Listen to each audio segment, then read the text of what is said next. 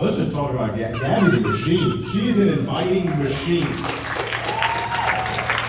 I want Gabby to share something real quick because she genuinely would go up to,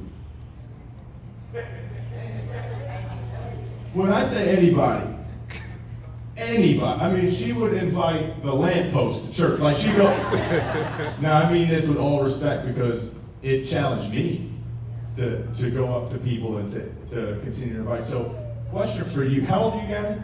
16. 16. Wow. What gives you that fearlessness, that boldness to just approach people and invite them and start a conversation? Honestly, all of my confidence, I say, comes from the Lord. The Lord just speaks through me, and He lifts me up and lets me impact all others. It's just been such an inspiration to be able to make an impact on so many different lives. And it really shows me that you're never too young to make a difference. And you're never too young to get people to make it. And you're never too young to make a change in this world. Come on, everyone. Amen. Amen. And God is using each and every one of us to make a difference. That's good. Woo! She's not just an inviting machine, she's like, Let's go! I'll tell you what.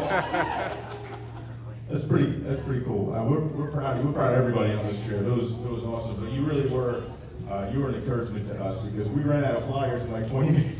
We had to go back and get more. We're cutting flyers on the go and all this kind of stuff and calling print companies. But so we all know about regular life here, regular life that we have here. What is something you learned about missionary life? I'll go to Amy with this question. What's something you kind of feel maybe it's a little bit different, something you learned while you were on this trip? Well, I didn't really know what to expect from all of this. I knew the goal was to go and spread love and spread the Christian faith. And what it taught me is more than just reaching out to the community, it's also growing within your own faith and your relationship with God, and it was an eye-opener. Sure. And what kind of things, I'll piggyback it, what kind of things did you see in some of the people that you met, some of the people that you were able to talk to? A lot of people didn't have hope, for sure, and that was just heartbreaking because it's like you're missing out on Jesus' love. You need to come to Love Our City Fest and really experience that.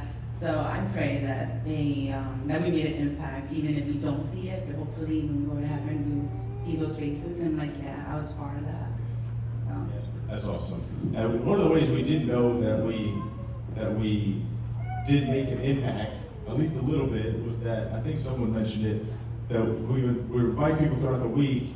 You see them at multiple events, right? So you kind of get to know some faces and try to remember some names and try to get to know some people and be on their level. But what's cool about it is that you could, because there's times where we've all been there before, where we'll invite somebody, and then we're like, yeah, we hope they show up, and then a few weeks later we're like, oh, well, maybe they won't. But here, there was a lot of, we're inviting people, and then Tuesday night they were at the block party, or Wednesday they were at the dinner at the church that we did, or Saturday they came out to Love Our City Fest, and we got to kind of interact. Does anyone else have a story like that, or someone that you met that you saw later in the week that you got to sort of, let's open it up. Who has one of those stories?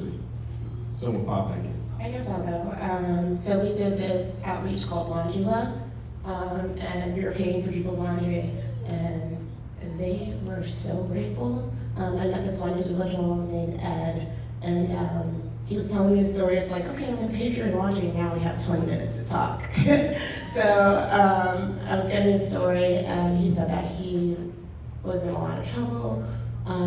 He was in and out of jail, but now he was out and looking for a job, just looking for work. And I told him, God has a purpose. But one thing that he shared with me was that his dream was to go to Puerto Rico, because that's where his family is. So he was looking for a job and just believing that God was going to provide him for a job. So I prayed with him.